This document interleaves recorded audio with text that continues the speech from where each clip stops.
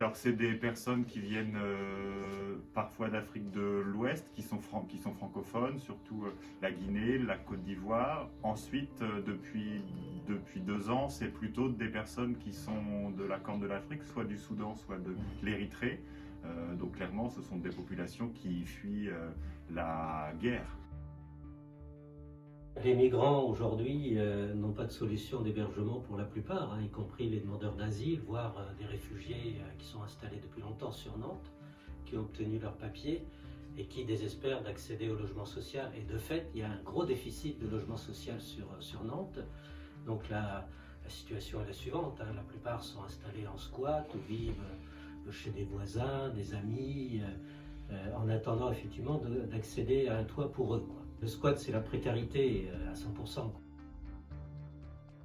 On est sur un territoire où l'accueil est dans l'ADN des gens, dans une grande majorité de Nantais. Quand ils voient s'installer en colocation une famille, des hommes seuls en attente de leurs papiers, spontanément, ils viennent sonner à la porte pour savoir est-ce que vous avez besoin de quelque chose. Il y a des associations, il y a des citoyens qui ont collecté des chaussures un peu solidaires où on mettrait quelques petits cadeaux. Je crois que la Maison du Peuple les collecte pour faire une redistribution. Vraiment l'idée de faire plaisir. Je crois savoir que cette opération est un gros succès cette année.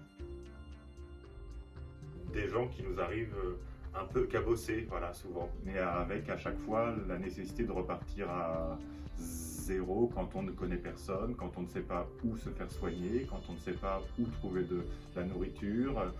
L'illustration des difficultés d'accès aux soins et notamment psychologiques pour les demandeurs d'asile et plus généralement pour toute personne à la rue, ça s'est traduit la semaine passée par un probable suicide d'un habitant d'un squat d'origine soudanaise.